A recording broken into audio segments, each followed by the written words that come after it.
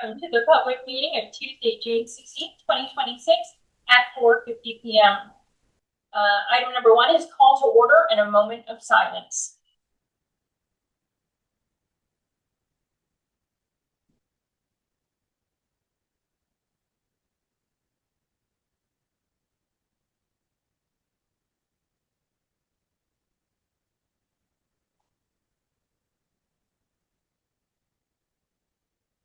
Item number 2, land acknowledgement.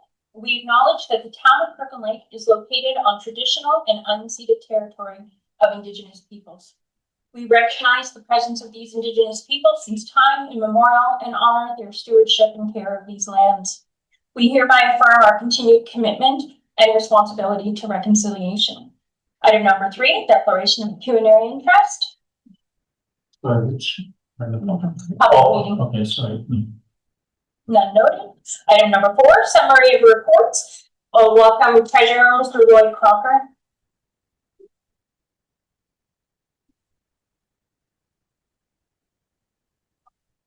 Welcome, sir. Thank you, Madam Mayor. First, Council. The report was presented at a previous council meeting, so I won't go through it in any great detail.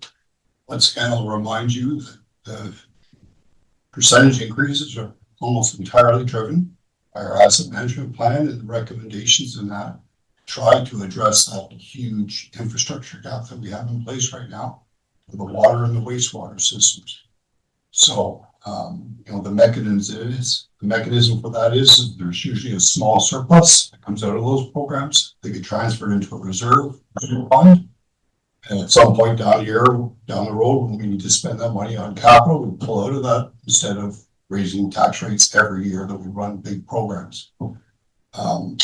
That's essentially the biggest part of that report. Happy to answer any questions. Thank you. Item number 5, confirmation notice. Madam Deputy Clerk, how was notice given? Notice was given in accordance with the Town of Kirkland Lake's notice file 2557 by publishing said notice on the town's website more than 14 days in advance as of May 25th, 2026. And supplemental notice was published in social media and the daily local radio broadcasts. Thank you. Item number 6, correspondence received. Madam Deputy Clerk, was any correspondence received prior to the opening of this meeting? None was received. Okay, thank you. Item number 7, comments, questions from members of the public. At this time, I would invite any member of the public here this evening that wishes to comment or have questions on the water rates to come to the podium. As always, please state your name and address for the record. No members of the public noted to speak this evening. Item number 6, proposed direction. Madam Deputy Clerk, please read the proposed direction. The council received the comments from members of the public regarding that the proposed bylaw and respective schedule will be brought forward for 3 readings at the June 16th, 2026 regular council meeting. Thank you. This is the direction coming forth from the public meeting. I call this meeting adjourned at 4:53. Second by Councillor Ranger. Thank you. Thank you, Dr. Treasurer.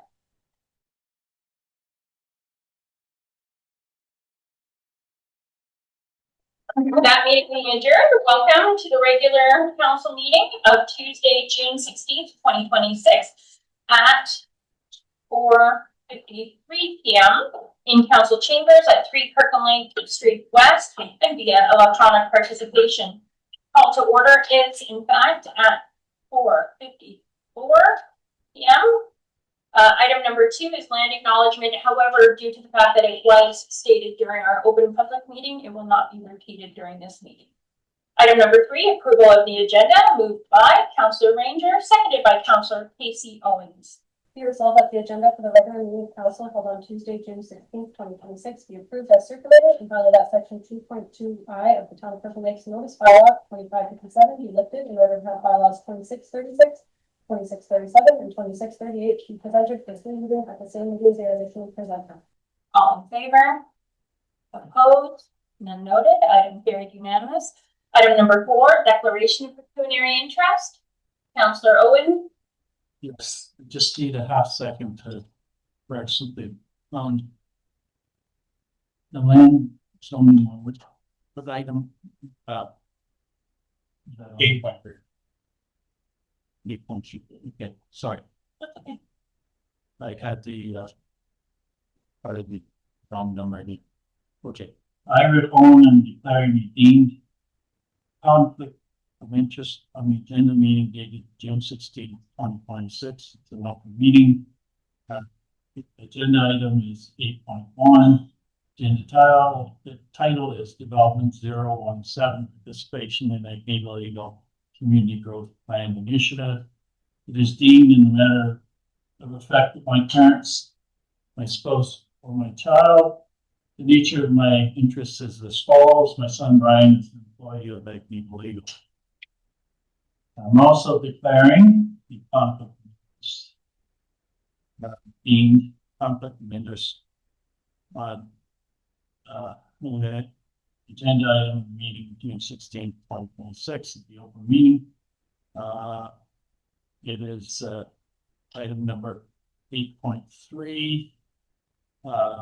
It's development 0.19, proposed official plan and zoning bylaw amendments, lands east of Premier Avenue East. It's deemed it may affect my parent, my spouse, and my child. The nature of my interests is as follows. My son Brian is an employee of Magneto Legal. Mine's Thank you, both, sir. Any further declarations from the table? That further noted. Item number 5 is civic petitions. There are none this evening. Item number 6 is delegations and presentations. So this evening we are doing something for the first time in the town of Kirkland Lake. We have our civic petitions award. So if members of the media that it's going to take photos, perhaps going to the aisle to get situated. If you do not want your photo taken, please advise our staff and members of the media. And certainly by no means do not feel pressured to have your photo taken. So again, this program was created to recognize individuals who demonstrate exceptional leadership, volunteerism, innovation, civic engagement, and meaningful contributions to our community, within our borders and very well beyond. Nominations were accepted through a public nomination process utilizing both digital and paper-based submissions. And we are very pleased to announce and welcome the first recipients of these awards this evening. Our first award will be presented by Councillors Rick Owen and Dolly Dykins to Mr. Hardy Kurtz, and he is receiving the Rising Star Award. Hardy is an impressive young individual who was Community Leadership founding member and is currently president of the Leos Club, captain of the senior volleyball, basketball, and soccer teams, as well as coaching and membership assistant coach for the junior boys basketball team. Throughout his involvement in school and as part of the Greater Kirkland Lake Committee, he is constantly highlighting his leadership skills. On behalf of the town of Kirkland Lake, congratulations to Hardy on being the first time recipient of the Rising Star Award. Hardy, we invite you.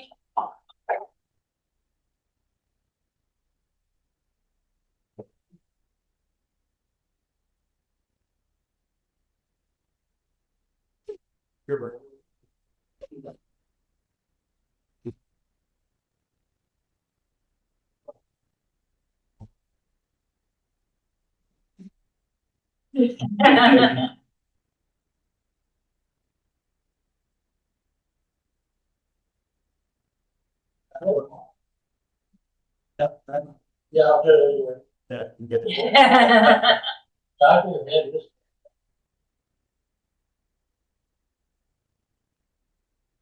This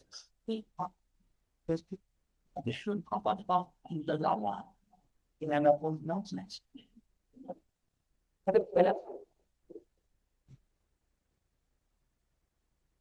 Our next recipient would have been delivered by Council Member Vlad Shaba. However, this evening, Dr. Adam Hacking is unable to be with us, so he is joining us. He is not on yet, but I will read his achievements. To paraphrase his nomination papers, Dr. Adam Hacking's world-class work in biomedical engineering and neurotechnology illustrates how science and engineering are tools that improve lives, solve real-world problems, and shape the future of human health. His career path includes being a former faculty member of Harvard Medical School, principal investigator at Massachusetts General Hospital, and currently serving as senior scientist and principal investigator at Neuralink. He was recruited by Elon Musk and works in Fremont, California. Despite achieving success on a global stage, he continues to identify with Kirkland Lake, Lake Kenogami, and our entire region. Dr. Adam Hacking is the recipient of our first achievement in Science, Technology, Engineering, Arts, and/or Mathematics Award due to his brilliance and dedication to the scientific and health communities. So congratulations to him.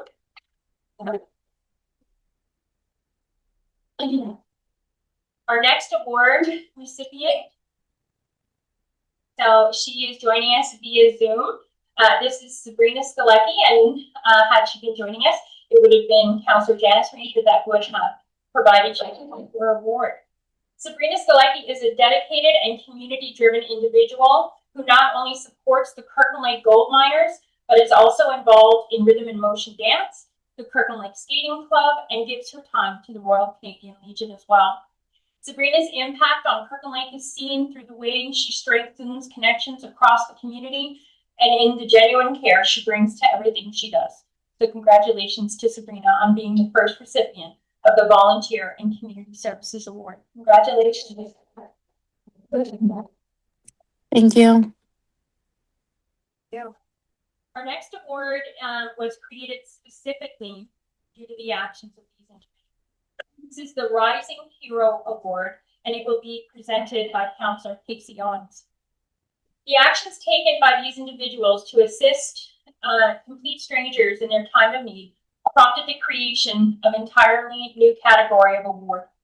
On a wintry morning last year, these youth members of our community took brave and definitive action at a fire scene long before emergency services arrived. I have no doubt that the actions they took turned the tides of what could have been a devastating outcome for the individuals involved. For that reason, we congratulate Benjamin Durand. Yeah, thank you. Michael Larocque, Trace Carrier, and Tyler Cameron on being the first and possibly the only recipients of the Rising Hero Award. Congratulations to you all.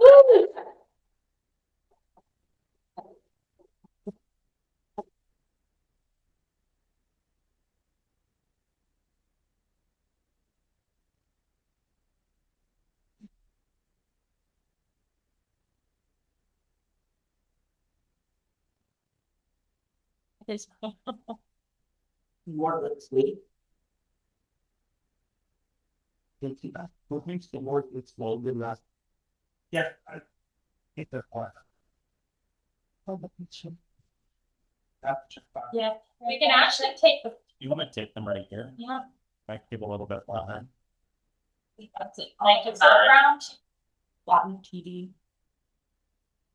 Flatten the TV, so. No, okay, no, emergency lighting and shit.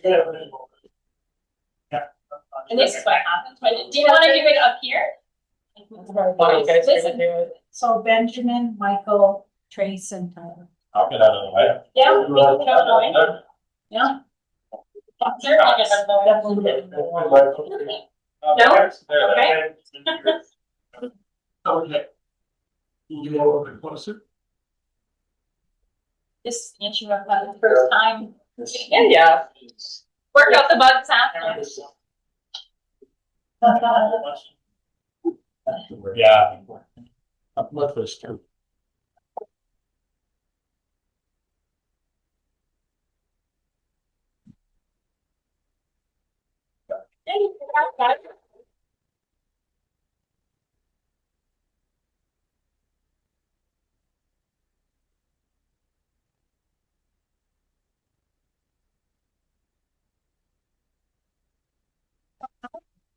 On behalf of the town of Kirkland Lake, it is my honor to award the first Heart of Gold for Lifetime Achievement to Mr. Rodney Thomas.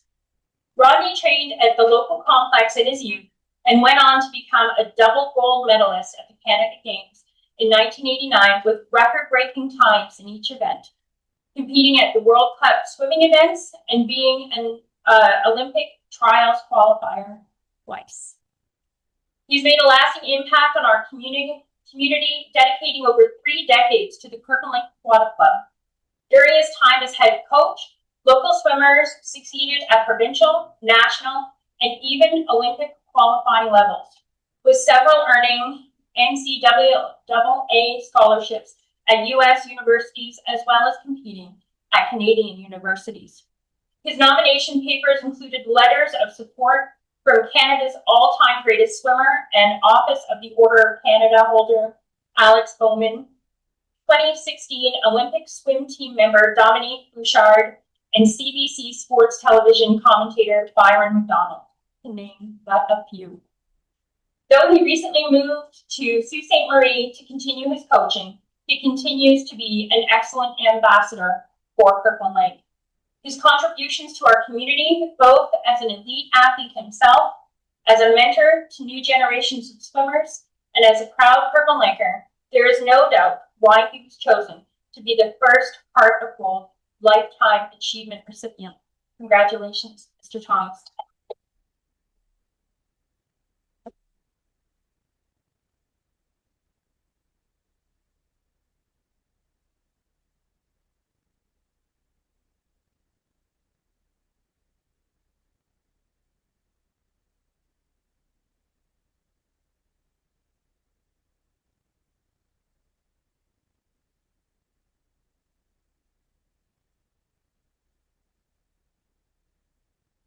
And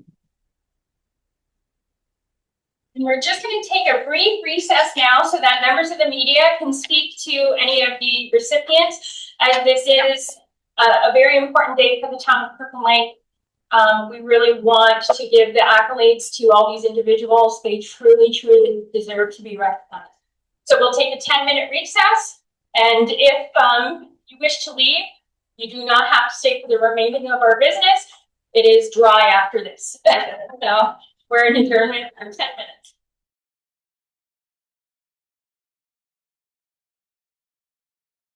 Welcome back after that short recess. We will now continue. Item number 7, approval and acceptance of minutes, moved by Councillor Lad Shaba and seconded by Councillor Janice Ranger. Be resolved that council approves the minutes of the following meeting, minutes of the regular meeting of council held June 2nd, 2026. Oh, I wasn't at that meeting, so. Oh, Should I? okay, sorry, Janice, you can't second. Oh, I can? Okay. It's somewhere. Oh, She can move. Just Second. because they're simply just moving. moving it for discussion. Yeah, You wanted some there, huh? yeah, Just to be on the safe side, I want to case. Oh, second. so seconded, no, that's okay. Usually, Even though the rules are both sides. Go file. seconded by Councillor Casey Owens, all in favor? Opposed, none noted, item carried unanimous. Reports from municipal officers and staff, 8.1, participation in an Eco Community Growth Plan Initiative, moved by Councillor Dolly Dykens and seconded by Councillor Casey Owens.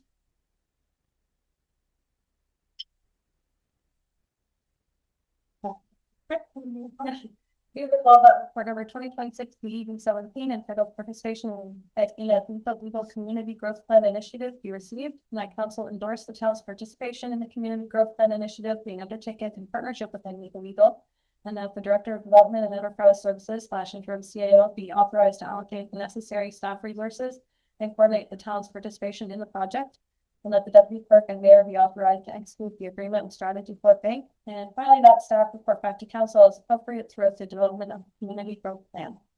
Okay, and this will be delivered by Dan Labrador, interim CAO.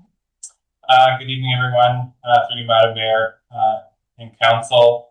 I have before you tonight pretty much exactly what the Deputy Clerk read: a participation in a community growth initiative and plan. For those of you that don't know what a community growth plan is, it is an entire plan that will take the place of something similar to a strategic plan to move the community forward when it comes to growth.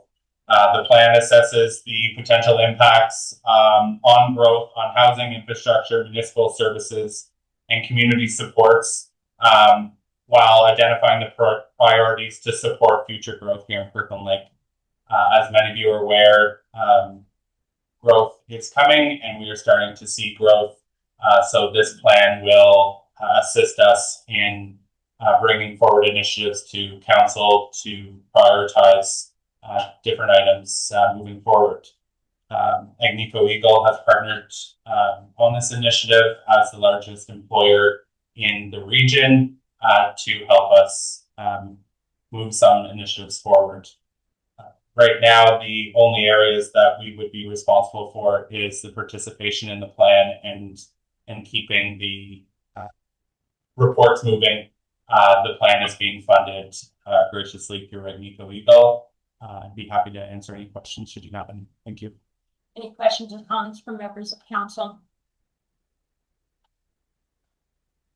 Councilor Dykens. Madam Mayor, just a comment. I think this is much needed and will be a immeasurably valuable resource for us. Anything further for our council? Nothing noted. I do want to really commend CAO Labrador on this partnership. His team has really built a deep connection with Agnico Eagle. Bearing the cost of such a vital report, it's going to ensure our growth is measured and sustainable, focusing on items like the projected population growth, housing demands, infrastructure capacity, and it embodies what this council has been all about: forward-facing, measured, and data-driven. So thank you for forging that partnership. All in favor? Opposed? None noted. Item carried unanimous. Item number 8.2. Oh, yes, please.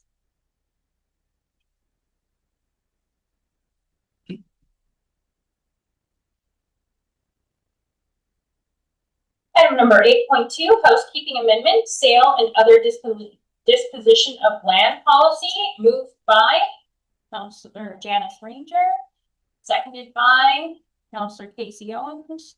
Be resolved that Board Number 2026 BB 18 entitled Housekeeping Amendment, Sale and Other Disposition of Land Policy be received, and that council hereby approve an amendment to sale and other disposition of land policy to remove the requirement of posting in the local newspaper under section 3.1.1.1 of 8.1.2.1, and finally that the amendment to help immediate. Thank you, and this will be delivered by Planning Administrator Jeff Button. Thank you. Thank you, Madam Mayor.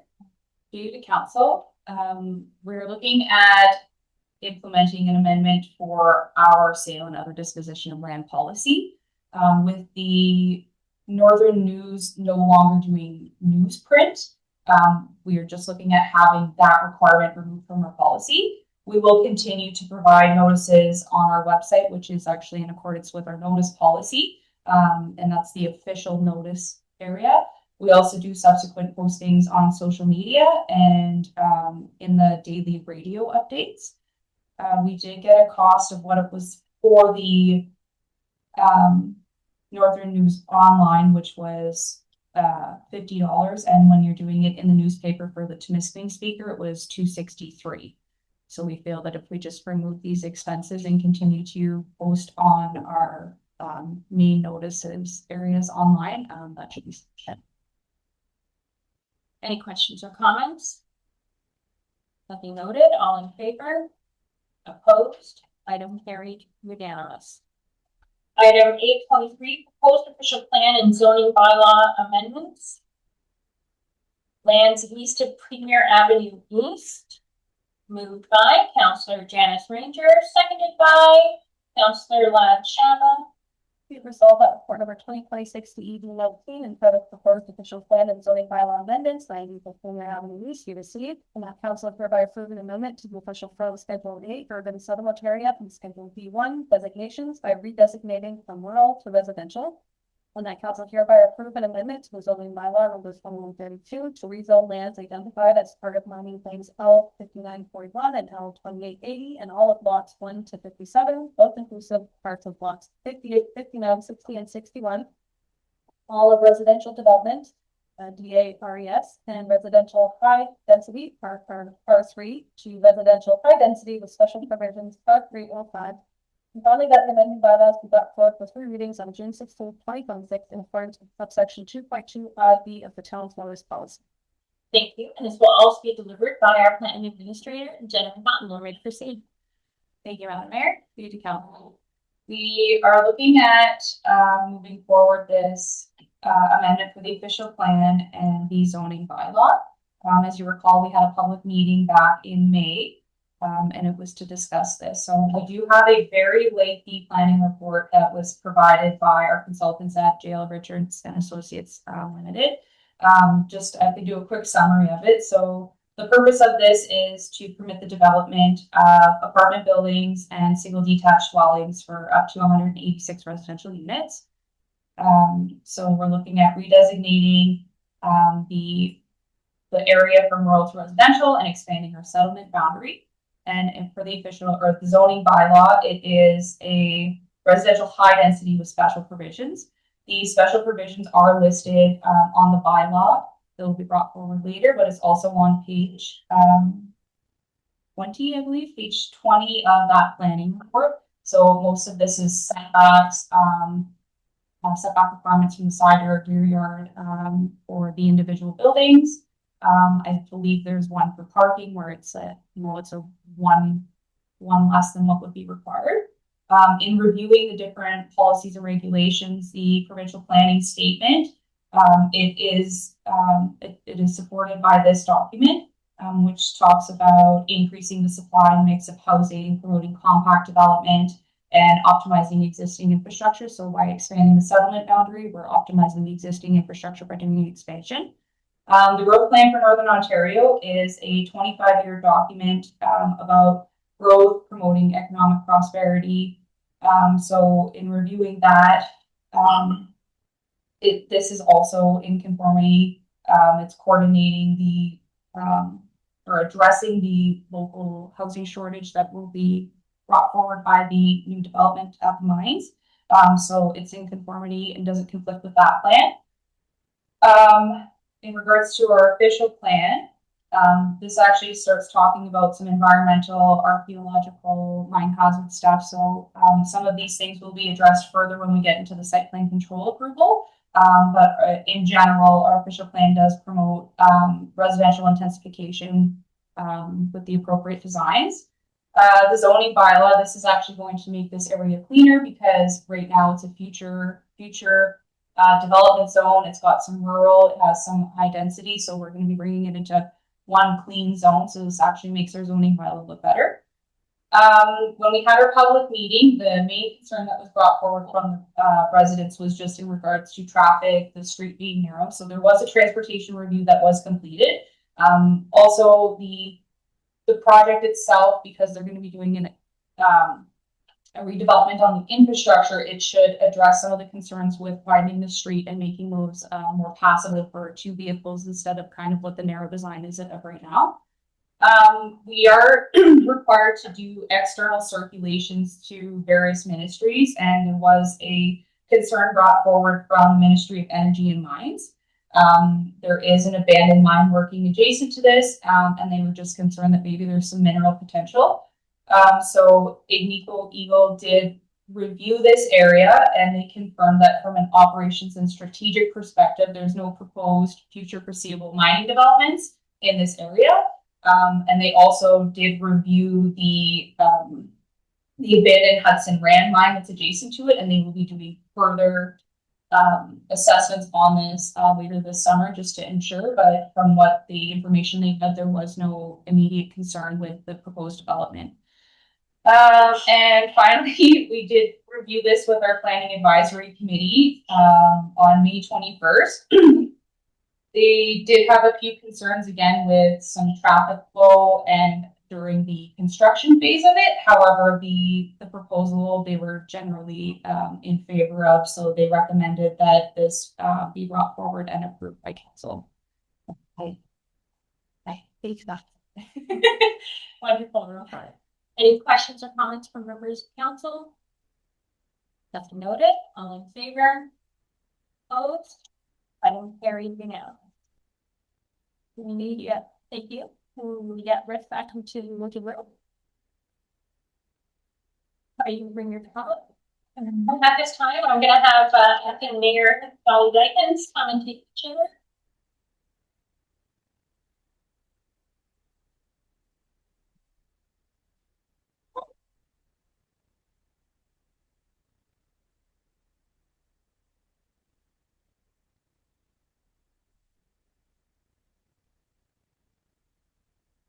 They were looking at 9.1, Councillor Rick Owen, connecting link funding, but it's direct.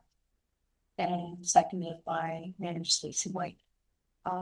Council, did we move it? Okay, we'll have it read. So whereas it is desirable to make driving in Whipple Lake as safe as possible, and whereas many drivers, especially those who do not live in Whipple Lake, have difficulty determining which lane to drive in on Government Road, creating potentially dangerous situations.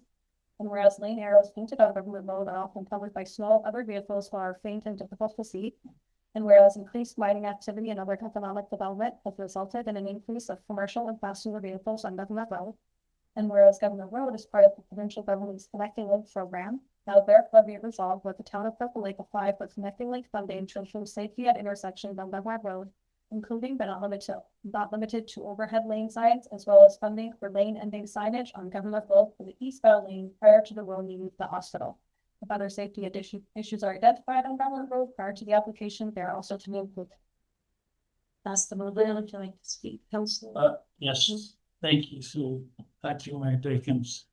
When I first proposed changes in Government Road, I thought it was a pretty simple procedure. And then I found out it wasn't so simple. So, this is where we're at. I recently was sitting in a restaurant having ice cream near the intersection of that leads into YIG and Government Road. And for the first time, I saw a sign indicating that the lane ends, the right-hand lane ends at Main Street. Now, I've driven through that intersection, I don't know how many times. I've never seen that sign. And I think a lot of people have not seen that sign. It's because the sidewalk's right out to the road, it's away from the road. It's lost in commercial signs. And also you're concentrating on stoplights. And on top of that, they use one of the standard decals to make the sign so it doesn't indicate the lane ends at an intersection. So there are a number of things. That's one that I think could be included, and that's why this motion is written the way it is. Recently, I was talking to a businessman from Larder Lake who travels to Kirkland and services customers and buy things and take his kids are involved in sports at Kirkland. And he said to me, he said, Rick, you would not believe the number of cars that I see driven off the road at the hospital road. And again, we have a situation where the lane ends abruptly. And I do not believe, but I did not have a chance to drive up there, see if there was a sign indicating that lane ended. But in any case, if there is a sign there, it's not effective. And it is a serious problem for people. And then, like he says in the bylaw, often the signs are covered by snow. The arrows on the road are covered by snow. They're covered by other vehicles. We have some unique intersections. And so the other thing that I would like to see included in this grant our grant application is I looked at the parking.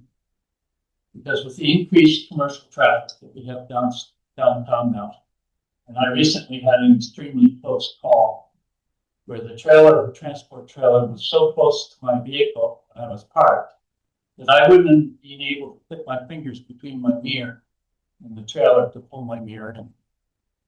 And what happened was transport going westbound and transport going eastbound. Okay?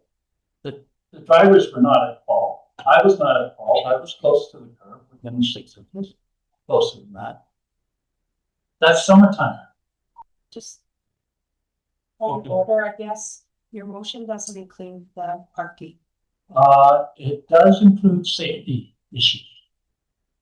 And parking is part of safety issues in this case.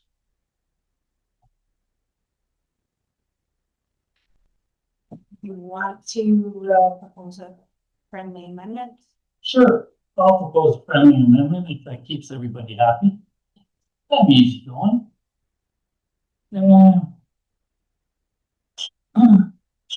So just to be clear,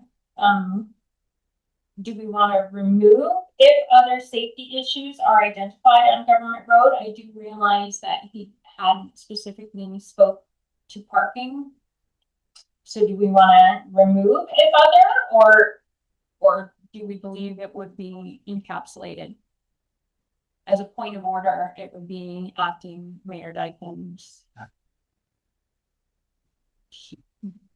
I would say just for clarity to make sure that we do have the parking, but you can keep the other in as well if you like, but parking. Sure. Okay.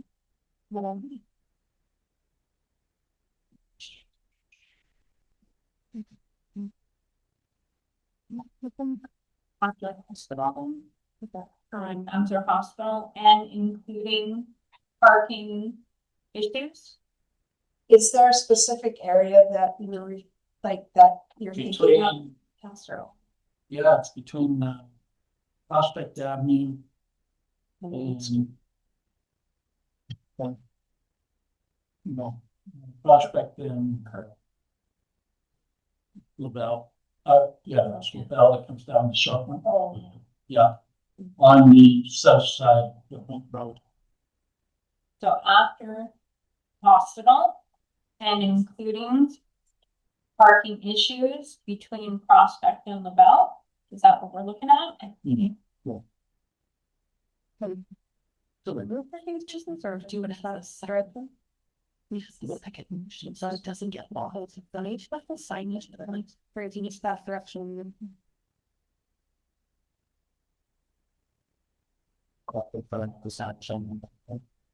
Sure, got it. Yeah, we'll talk after me. And I'm sure the motion, because it could be long. Not when. Okay, so where are we at? Here, did you, are we adding that friendly amendment or? it's completely here. Okay. So, my stance on this is we're wording this so that we can do a connecting link funding application. So I believe the wording should be included in this to get the ball rolling and move towards that application rather than waiting until July. I'm sorry, it's looking to add space. I just wasn't sure. When we went. Forward space. You won't see it on the yeah, she doesn't line up. Yeah, okay. I I will withdraw all my comments concerning parking. And I will present a separate notice of motion on parking later in the meeting. So we're keeping. Well, keeping it This as is. as is. Not done. Mayor, That's wait, like grandkids say, I'm done. Mayor, wait a second. Yeah, so I'll keep my statement brief. I just believe that this is a systematic approach to safety on a main corridor. I believe including the length as set out will increase our chances of a successful application method. Of course, with directors and Forte's expertise, we're getting 3 in a row, no pressure. So, thinking their way. Open up the floor for any questions or comments. Councilor Ranger, Thank you. Through you, Arthur. I fully support this. We've all received feedback. It can be confusing for those that are local and those that are definitely from out of town. Not knowing that some lanes just disappear at certain intersections or that they need to merge sooner rather than later. And with a lot of big construction vehicles and transports, the margin of error has simply decreased. And we certainly want to promote a safer downtown core, and this is certainly a step in the right direction. thank you, Councilor Ranger. I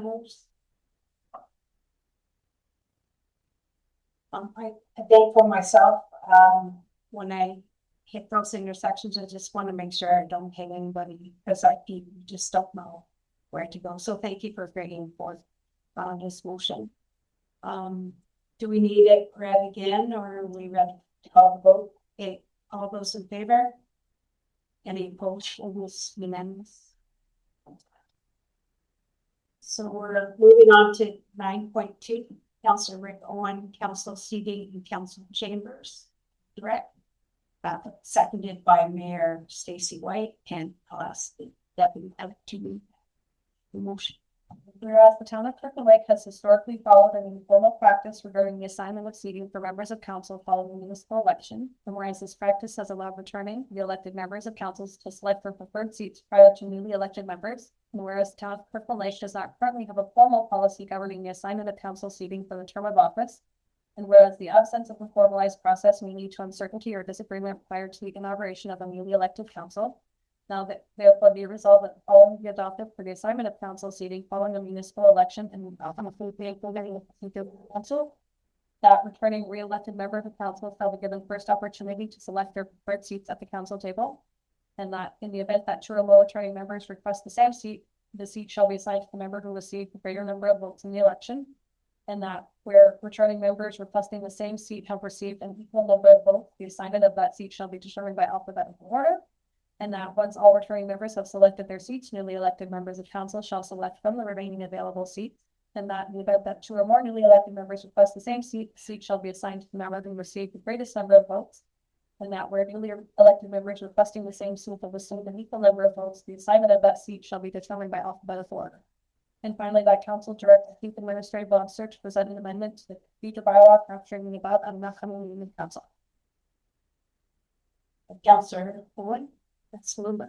Yeah, I think the bylaws or the resolutions is pretty self-explanatory. However, I would like to present two friendly amendments. Where it refers to alphabetical seats shall be determined by alphabetical order, that it be changed to alphabetical order by last name, both for returning and new council members. That way there's no confusion. Well, no, it's first name or last name. I mean, to me, common sense says last name. That's the way people do things, but yeah, I know. And I appreciate that you pointed yourself to me that because I think one way, you think another, and that's why it needs to be improved. Other than that, it's pretty self-explanatory. And this way everybody knows the rules and we respect what's been done here historically. Thank you, Councilor Wood. Mayor White, that's seconded. Yeah, between you and Mayor Dykens, I do approve of the addition as well as seconder. And just to keep it brief again, this motion gives definitive language to a long-standing tradition to ensure continuity.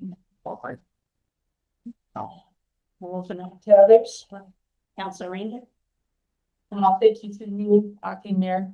I completely disagree with the recommendation put forward in this motion. If we're looking to put out a policy or procedure, then I would recommend that we assign at the beginning of each term by random draw or by popular vote. I believe that in the motion put forward, it unintentionally creates perceptions of potential alliances, hierarchy, or exclusion. Thank you, Councillor Ranger, Councillor Shalva. Yeah, thank you very much, well, Mayor. I understand where you're coming from, Councillor Owen, but as we discussed this afternoon, I'm having a hard time really wrapping my head around this one here. Because the seating arrangement that we have now, I would say, is by the wishes of the people that voted. Simple as that, and then she got the most votes, and try to see clockwise, but not clockwise. But for me, it's very fair, transparent, and very understandable. I, however, don't think that longevity also should be a determining factor in trying to dish out what people say to me. I like to say that people come here and say, I want to sit with my friend here, right? With other people here. We're here to do a work of the municipality for a short period of time. What's the next motion? Bring a lazy boy chair here. I don't know. This is really, for me, it shouldn't be all the issues that we have in the municipality. I mean, this is pretty much one day. But I think if there's a need for accommodation, I will move up seat. Someone need to sit here because they have issues of accommodation. I will do that. But in the meantime, I think what the clerk, what administration did, and someone can say, we're gonna dish out this seat based on the vote that you got. It's, to me, this is very fair and transparent way to go. Again, I would say, people need accommodation, say, well, I want to see where that Chavez is. Well, I'm here next time. I would be, I can say anywhere. But what I see here is very convoluted. And then at the end of the day, then it's, well, this doesn't work. Well, let's go back to the people that got the number of votes about. And we're still deferring to that. So why not just use that to start with? So for that reason, I know we're good for this, but I'm not going to do this. Thank you, Councillor Shalva. Councillor Holmes. Thank you very much, Chair. I've had oppositions. Seats got assigned to us at the start of the term. I'm kind of surprised that there was nothing written down anywhere in our policy. It was just pulled out of someone's hat and bang, this is how it was done. And I think my main objection up until the moment I read this was process of how it was done. I think there lies the issue. To have it formalized the way it's written down, I think is a step in the right direction. Now that I read this, or when I read it on Friday sent to us, it suddenly got way overly complicated. And that's where in the writing, it's, as it often happens with counterpertinent policy rewrites, it becomes something that used to be done a certain way. We want to formalize it, and then it becomes lost in translation. So I agree with the principle of formalizing the process. I'm not sure I like the way it's written right now. I think it needs to be maybe reviewed somehow. I don't know what it is, but something doesn't flow in the motion that it's written. So We are waiting. So just, this Clearly does not affect me in any way, shape. so the reason why I did support it though is because I did serve prior council where you did choose where you sat. Because once you are elected, it doesn't matter whether you're the least amount of votes or the most amount of votes. Once you get a seat at the table, you are effectively making decisions on behalf of the whole of council. So what I feel like when I look out at this council table, I know exactly who The least amount of votes are. every time, every meeting. I know who got the most votes. I know who got the least amount of votes. And it does give the impression that one person's voice matters less than another. And that's not how I want to see this table. It was better when in previous years, from 2014 to 2018, and I sat at the back, I never knew who got voted the most votes. It didn't matter to me. What mattered to me was those 6 people sitting at these chairs were doing the best they could for me as a community member.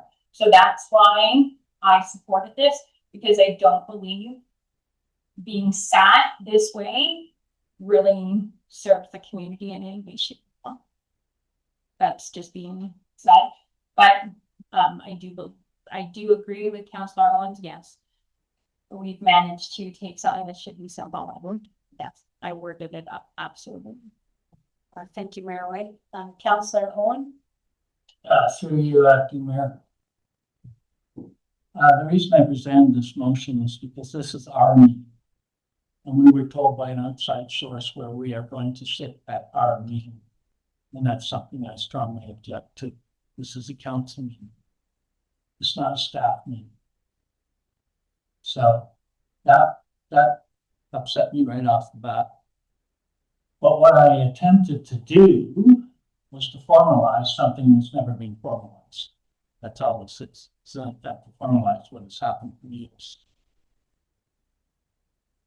And a lot of this I would not have included, except for the fact that I've been on the council.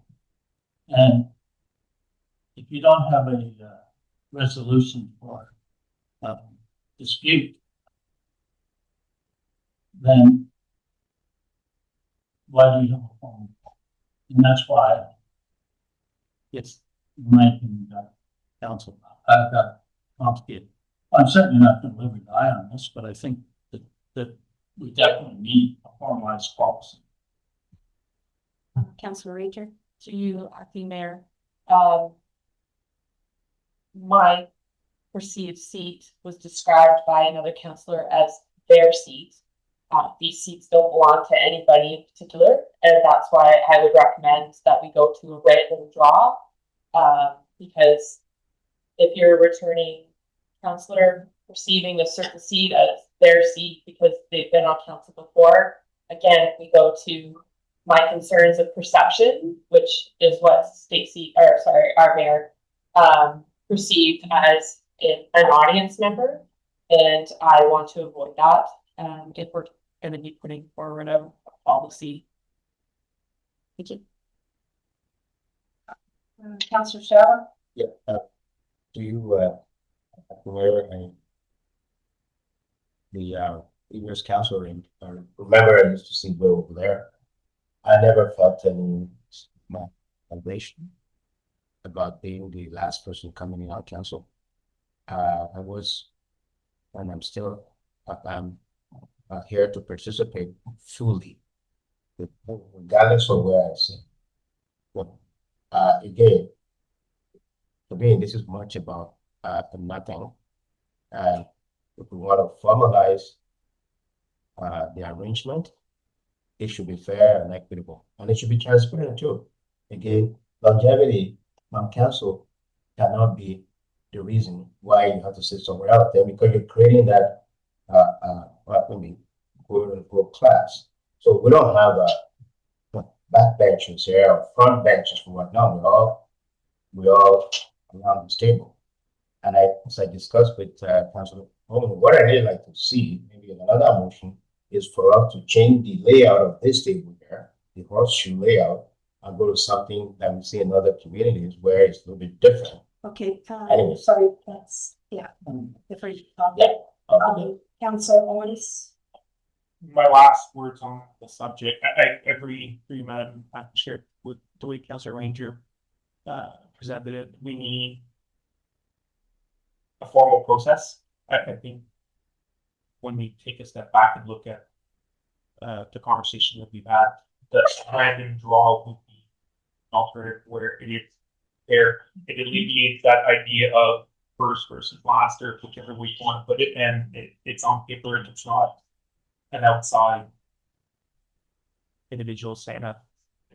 Yeah. Thank you, Councillor Owens. Councillor Owen?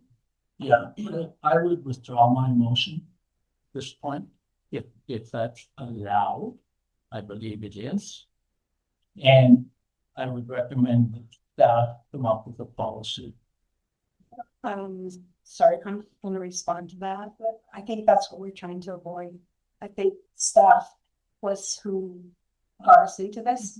I would say that if we have a way that we agree majority wise, like if it is random vote, I think we should do that. I don't think we should throw it back. So that's just my, okay, if Council Being amended. If, He's gonna amend it. yeah, listen, when I wrote this, I was only thinking of what had been done traditionally. I wasn't thinking in terms of class or front bench, back bench. No, I was going on what had been done historically. I'm fully open to a friendly amendment to change it to a random draw. I have no problem with that. And then we have a policy in place. Well, I mean, once procedural bylaws is amended, then we have policy in place. So let me speak with them, just confirming we'll remove all of the that. yeah, And change it to this, that, sorry. Assigned at beginning of each term, a random draw. Shit. Or seat allocation. Yeah. That's good.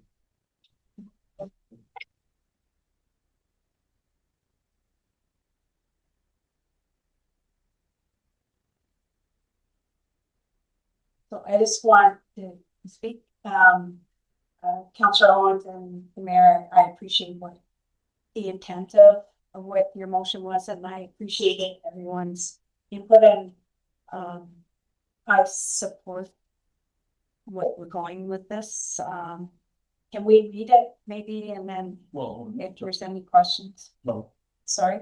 I believe we need to vote on the amendment first, and then the total motion.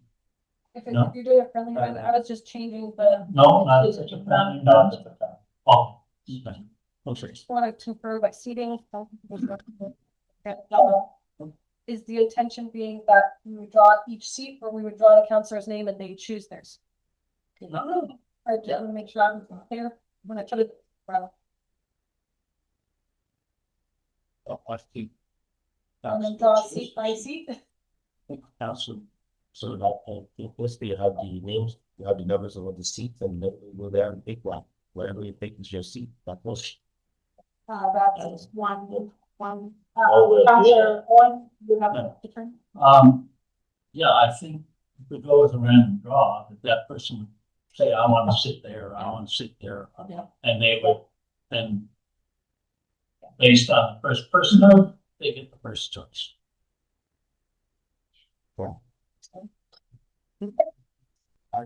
Oh, First. There's. Yeah, we'll just give the deputy clerk a moment to.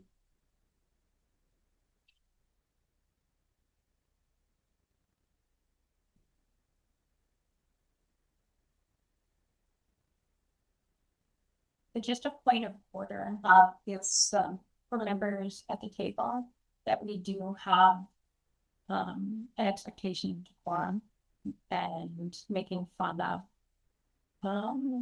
items at the table should not be tolerated. Okay. Just I would ask that the acting chair give a reminder to all of council that of our expectations of decorum. Okay, I will just reiterate what we shared, that there's some expectation to decorum in council meetings, and to make fun of motions is not to be tolerated. Almost so. With that, I can read it.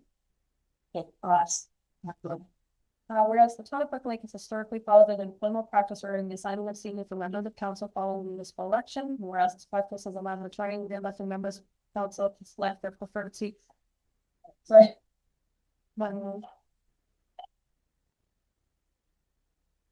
For the mover and seconder, Are you aware if I remove that second and whereas that references the next?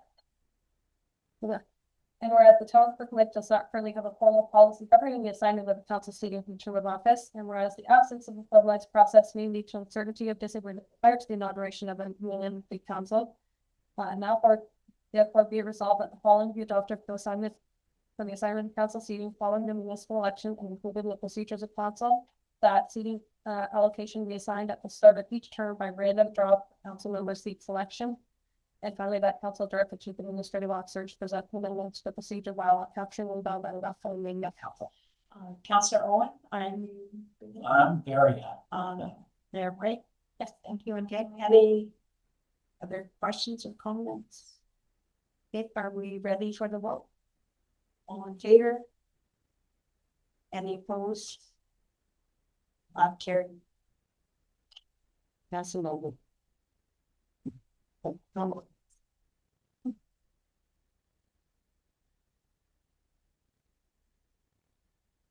Thank you, Acting Mayor Dickens. I do appreciate You taking the chair for those items. item number 10, reading and consideration of bylaws. 10.1, bylaw number 26-036, setting water and wastewater rates, moved by Councillor Janice Ranger, seconded by Councillor Rick Owen. Be resolved that the following bylaw be read first and supplementary bylaw number 2636 being the bylaw to set the municipal water and wastewater rates. All in favor? Councillor Owens? I have a question that was presented through the ratepayer. It's addressed to Councillor Owen, but I received it. Did every member of council receive it? I received it. Is there a way to answer this gentleman's question? Because it's regarding specifically this policy where that this bylaw passing, or is it like I don't know what to answer this person in regards to this one? So, because it is no longer part of the public meeting, it would be you that is asking for clarification. And we are able to ask for clarification during the first and second. I'll just ask one clarification. But is there an end game or an end in sight to how many times we can raise water and wastewater before it becomes absolutely unsustainable for the residents of the town of Kirkland? It might be a loaded question. I will I ask, appreciate that. thank you for that question of clarification. I will ask Lloyd Proctor, our treasurer, to give it best to answer that. Not through rest council. All due respect to whoever asked the question, it sounds rhetorical. I've already kind of answered the wrong question, suggesting that there is no limit. All of our rates, taxes, water, wastewater, anything that we work on here, in theory, at some point in the future, could be much larger than it is now. We deal with these on a year-by-year basis. There typically is no limit. You know, that's the nature of our rate system, whether it's taxes, water, wastewater, or any of the things that we look at and through. So it's a recognition, I think, the underlying feelings of that question is, yes, we have moved our rates up after a bit in the last couple of years. The reasoning for it is buried in the reports, you know, for several years now since I've been here. And we understand, we live with these same people, you know, pay for water, pay for wastewater, and we all do. And we understand that, you know, the underlying part of this is the rates have been very high, the increases. And feels like there's no end in sight in that type of thinking. It is driven by modeling, it's driven by our goals to try and fix problems we have, that monstrous hundreds of $1 million gap we have in our infrastructure. And there is no way to nicely say that there's only one way to fix that with more money. Councillor Shabbat? Yeah, truly, your worship. I think the other question that I had that first meeting, I guess we weren't allowed to ask questions, public meeting. You did say, you know, all these increases, which I fully supported, because that's part of our plan. You did indicate that it's about closing the gap. That's your use that. Yeah. So how much gap have we closed by care? And that's to me, if we're closing the gap and the gap is this wide, so how much more have we closed? If you don't mind.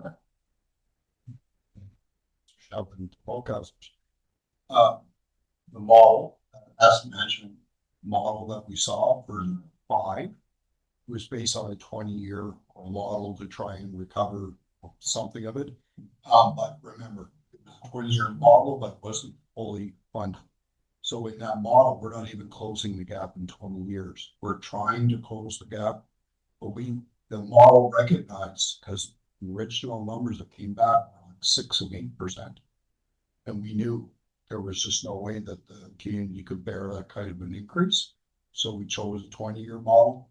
You know, the obvious hope here is that we all understand that the municipal funding model is called broken, but certainly not well corrected.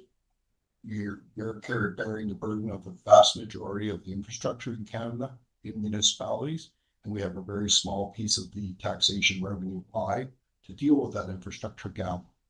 And this is the very real result of that problem. And we're not band-aiding it. We have a plan, but the reality is, you know, next year our reline project could be 30% higher than it is this year. We've seen some really scary changes in front of us, and it's hard to get to there. Follow, please. Appreciate that. But the model that you talked about, that was put together before. Okay, now we have projected growth coming into the community.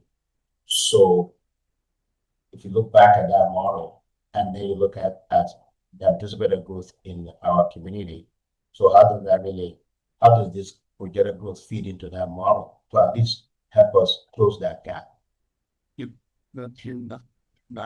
So it's obviously last year's report, 5 was when it was submitted. We have both, and you spoke to a plan tonight to model what that growth is going to look like. And certainly we can bring into that the model and the asset management plan model, what that percentage should be going forward. Yeah, you know, maybe it's 1.5 and 4 point whatever it is here tonight. Maybe that's perfect for a growth model instead of the 6 or 8 that we walked away from because it was just too big a number. I don't know. We're too early in the process to say this growth will create this percentage growth in our asset management and our water and wastewater revenues. But it's absolutely on our radar. It's part of what we're going to do. We just need to back it up with some of our, you know, more information. And for that, this time I'm going to allow the interim CEO, Mr. Lavender, to speak. Yeah, through you, Mayor, thank you. To council, to add to the director's comments, the asset management plan will be an integral part of the growth study that will be taking place. And coupled with the projected growth that we could see changes in the plan and the numbers. But keeping in mind, based on growth, we also look at other outside factors like our capacity in our wastewater treatment and in our water treatment facilities. So we have to tread lightly when we speak that growth may take care of some of these issues or may slow some of these rate changes down due to the fact that we may have to look at other aspects in our systems as well. Thank you. Through you, Madam Mayor. This is more for the public. But even at Fundum, it was a topic of conversation that we are not the only ones in this boat. This is systematic across the province and across Canada. Old communities, old infrastructure, the complexity of water, wastewater management.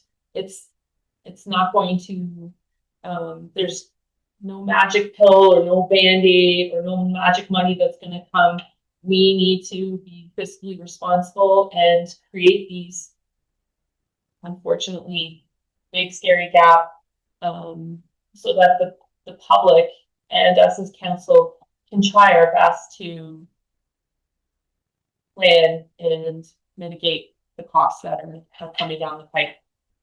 This is more for the public. We talk about it all the time, but yes, the numbers that you can see are there, and that gap is large, and we just have to do our best to try to mitigate that by slow increments.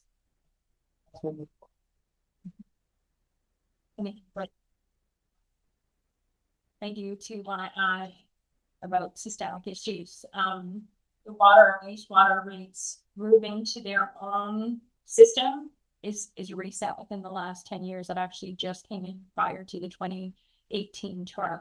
So this is something new as well. Before it was all captured in the general budget, in the working capital. Now it has its own stream. So that causes issues as well. And Councillor Owen and I were talking about this earlier today. The reason why we're here, oftentimes we blame the councils that came before us.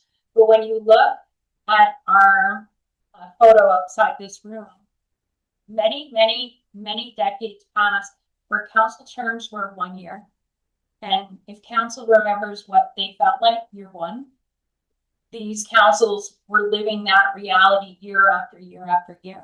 So future planning, it was not spoken about to the level that it is today. So those are two items as well to add to this overall broad conversation. So we do appreciate everybody's input. Anything further from members of council? All in favor? Opposed? Item carried unanimous. Third reading moved by. No, sorry, go ahead, I was jumping the. Okay. Third reading, Councillor Ranger, seconded by Councillor Owen. The result of the following bylaw be read as certain county member fast signed and sealed bylaw number 26 please. All in favor? Opposed? None noted. Item carried unanimous. Councillor Owen.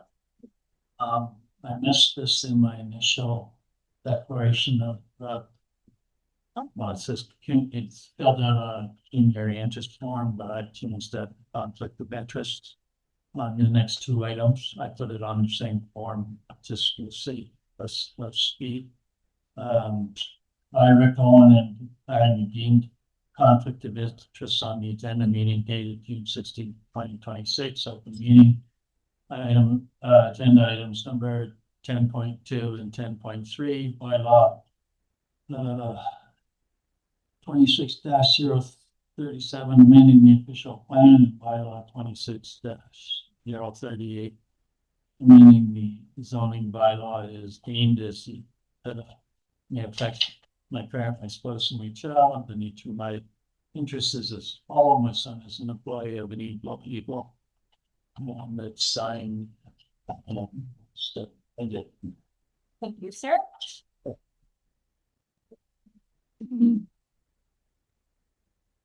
Yeah, moving on to item 10.2, bylaw 26-037, amending the official plan, moved by Councillor Owen, seconded by Councillor Dykens. It was all that the following bylaw be read a first and second time. Bylaw number 2637, being the bylaw to amend the Buffalo Hilltop Parkland Lakes official plan. Any questions? All in favor? Opposed? None noted. Item carried unanimous. Third reading, moved by Councillor Dykens, seconded by Councillor Ranger. Be resolved that the following bylaw be read a third time and numbered, passed, signed, and sealed. Bylaw number 2637. All in favor? Opposed? None noted. Item carried unanimous. 10.3, bylaw number 26-038, amending the zoning bylaw, moved by Councillor Owen, seconded by Councillor Dykens. Be resolved that the following bylaw be read a first and second time. Bylaw number 2638, being a bylaw to amend zoning bylaw number 2132. Rezone certain lands from the rural RA, future residential development area, DRRF, and residential high density R3 zone to a single residential high density special exception R305 zone. Wow. Any questions? All in favor? Opposed? None noted. Item carried unanimous. Third reading. Counselor Duncan's moved, Counselor Ranger second. Resolved that the following bylaw be read a third time and number passed, signed and sealed, bylaw number 2638. All in favor? Opposed, none noted, item carried unanimous. Can we please have Counselor Rick Owen back to the table?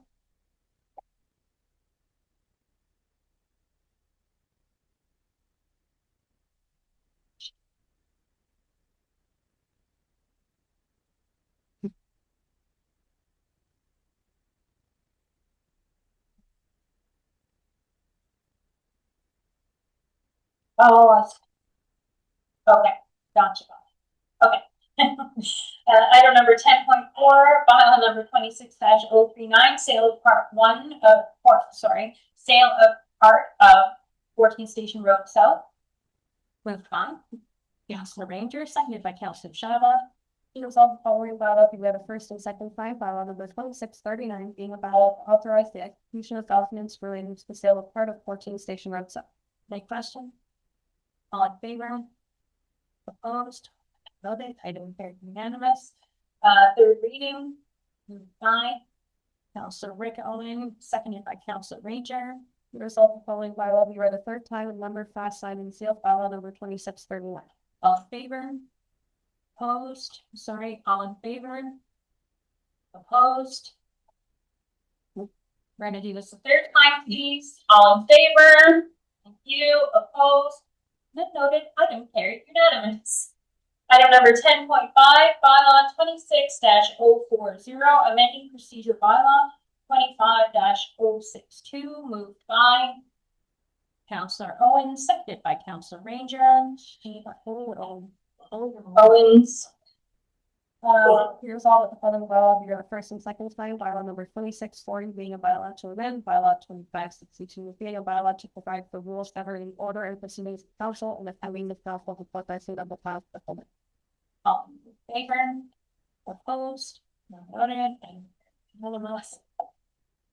Any notices of motion? Counselor Dykens? Review of the notification of land sale and disposition policy with possible recommendations / amendments.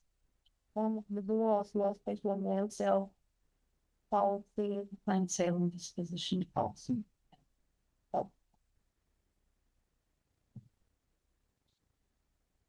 Thank you. Okay, what was it after policy and possible? Down possible suggestion that.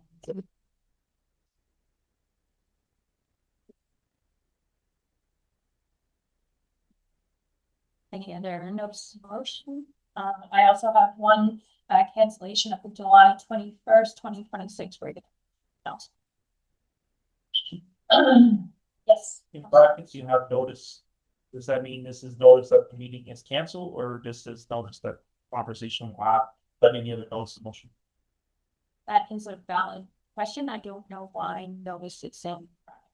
Acting, not acting deputy. When the procedure bylaw was amended, because there was change to either if the motion was brought before the meeting or whether the retro notice, so that's just why it's either. So it's still gonna follow the same So then it procedure. goes- Sorry, yeah, thank you for that clarification. Item number 12, council reports and committees of council, local and regional board updates, moved by Counselor Dyken, seconded by Counselor Ranger. Resolved that the verbal updates from members of council be received. Does any member of council have any reports from any of the boards they sit on, any of the events that they've attended? None noted. So in the last 2 weeks, I am actually never wrote on things that I've gotten to people I want to recognize.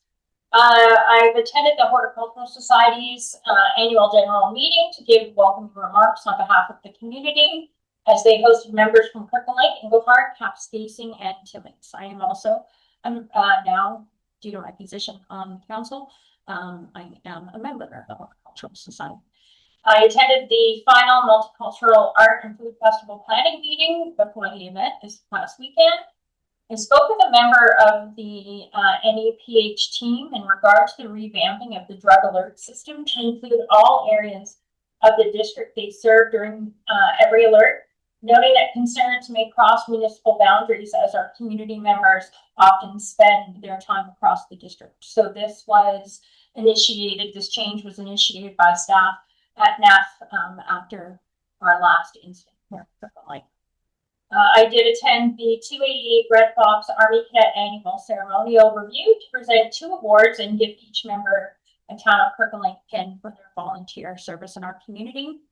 I attended the Planet Youth meeting, a ceremony at the AAN site on Archer Drive, and the workshop at Northern College on Friday night as a preview of the events of MAFT and the official Multicultural Art and Food Festival in the area portion of the complex due to the rain. It was an incredible afternoon. Kudos to all the members involved. And it was definitely a group effort between staff, members of the community, volunteers, performers. Everybody was just incredible. Last night, I attended the CSWB meeting. On that note, I do want to bring to the attention of council that both the contract for Planet Youth and CSWB will be coming due soon. And then discussion will need to be had regarding the return on investment we are getting for both of these initiatives.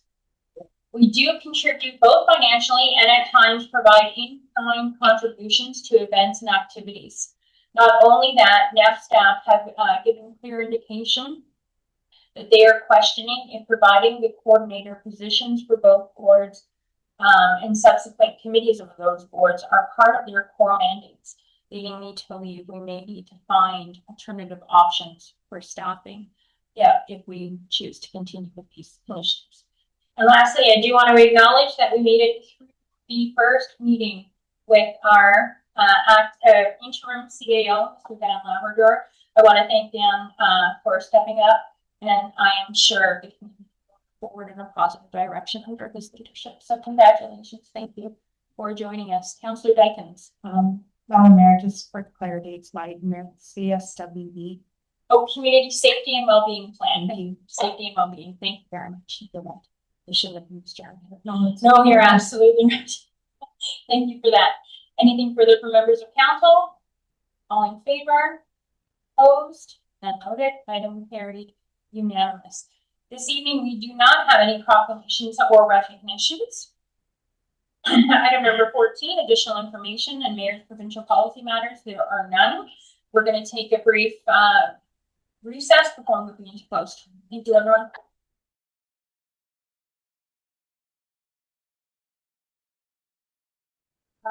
We will now reconvene after our recess to move into closed session. Moved by Councillor Janice Ranger, seconded by Councillor Casey Owens. Be resolved that council adjourn in camera pursuant to section 239(2) of the Municipal Act 2001 as amended to discuss the security of the property of the municipality or local board, personal matters of an identifiable individual, including municipal or local board employees, proposed or pending acquisition or disposition of land by the municipality or local board, litigation or potential litigation, including matters before administrative tribunals affecting the municipality and local boards, advice that is subject to solicitor-client privilege, including communications necessary for that purpose, and a position, plan, procedure, criteria, or instruction to be applied to any negotiations carried on or to be carried on by or on behalf of the municipality or local board at 6:31 p.m. for the following reasons. Item 15.1, request to purchase 40 Premier Avenue West. Item 15.2, supplemental community investigation, Joe Mavernack Community Complex. Item 15.3, council appointments to Kirkland Lake OPP Detachment Board. All in favor? Opposed? And then noted. Item carried unanimous.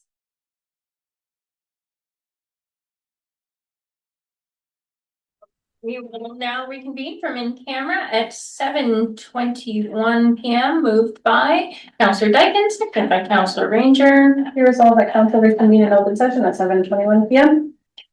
All in favor? Opposed? None noted. Item carried unanimous. Item number 16, any matters of pecuniary interest rising from in camera? None noted. Item number 16.1, pool group investigation, Joe Mavernack Community Complex. Before we vote on this, I will call upon Director Clockers to speak upon this matter. Thank you. Through you, Madam Mayor, to members of council. During closed session, council considered a supplemental report regarding the pool roof investigation at the Joe Mavernack Community Complex. The investigation, completed by Dicon Roof and Building Consultants, confirmed that the roof system over the pool area has failed and requires replacement. The investigation also identified relating building envelope concerns, including air leakage, moisture movement, wet materials, wall connection issues, and glazing seal concerns. This is a significant investment in the community, and it is not a project that anyone takes lightly. However, the health and safety of our residents, facility users, staff, and visitors must remain a top priority. The Joe Mavernack Community Complex is an important public facility, and the current condition of the Aquatic Center roof requires action to help protect the building. It is important to note that the structure integrity of the Aquatic Center has not been compromised, and the facility remains structurally safe. Council is being asked to direct administration to proceed with issuing a request for tender for the replacement of the Aquatic Center roof. The tender would also include optional ISP wall and glazing repairs as separate pricing items, so council can review the full cost before deciding what work, if any, to award. The anticipated project completion date is November of 2026, subject to tender results, contractor availability, and final project scheduling. Administration will continue to look for funding sources and explore opportunities to reduce the financial impact where possible. Administration will also return to council with the tender results, final project costs, funding options, and a recommendation before any construction contract is awarded. The recommendation this evening allows the town to move forward with tendering, but it does not award the project or commit the town to a final construction cost at this time. I'm happy to answer any questions you may have. Thank you. Any questions or comments from members of council? None noted. All in favor? Sorry, Madam Deputy Clerk has to read the motion. Moved by. Sorry, I thought I did that already. Moved by Councillor Janice Ranger, seconded by Councillor Dolly Dykens. Be resolved that council direct administration to proceed with issuing a request for tender for the replacement of roof sections 1 and 2 at the Joe Mavernack Community Complex based on the specifications prepared by Dicon Roof and Building Consultants, and that the request for tender include the optional ISP wall repairs and optional glazing repairs as separate pricing items for council's consideration, and that council direct administration to retain Dicon Roof and Building Consultants for tender support, contract administration, project management, and quality control services for the roof replacement project, with funds to be drawn from the working capital reserve or budget appropriations as resolved on April 21st, 2026. And finally, that administration return to council with tender results, final project costs, funding options, and a recommendation before a contract is awarded. All in favor? Opposed? None noted. Item carried unanimously. Item number 16.2, council vacancy on KLOPP Detachment Board, moved by Councillor Casey Owens, seconded by Councillor Janice Ranger. Be resolved that Councillor Dolly Dykens be appointed to the Kirkland Lake OPP Detachment Board for the remainder of this term of council. All in favor? Opposed? None noted. Item carried unanimous. Item number 17, notices of reconsideration. Does any member at this table this evening wish to have any matter decided upon during this meeting reconsidered? Nothing noted. Item number 18, confirmation bylaw number 26-041, moved by Councillor Janice Ranger, seconded by Councillor Casey Owens. Be resolved that the following bylaw is read a first, second, and third time and numbered, passed, signed, and sealed. Bylaw number 2641 in the bylaw to confirm the proceedings of council at its meeting held Tuesday, June 16th, 2026. All in favor? Opposed? None noted. Item carried unanimous. Item 19, I do call this meeting adjourned, seconded by Councillor Dolly Dykens at 7:26.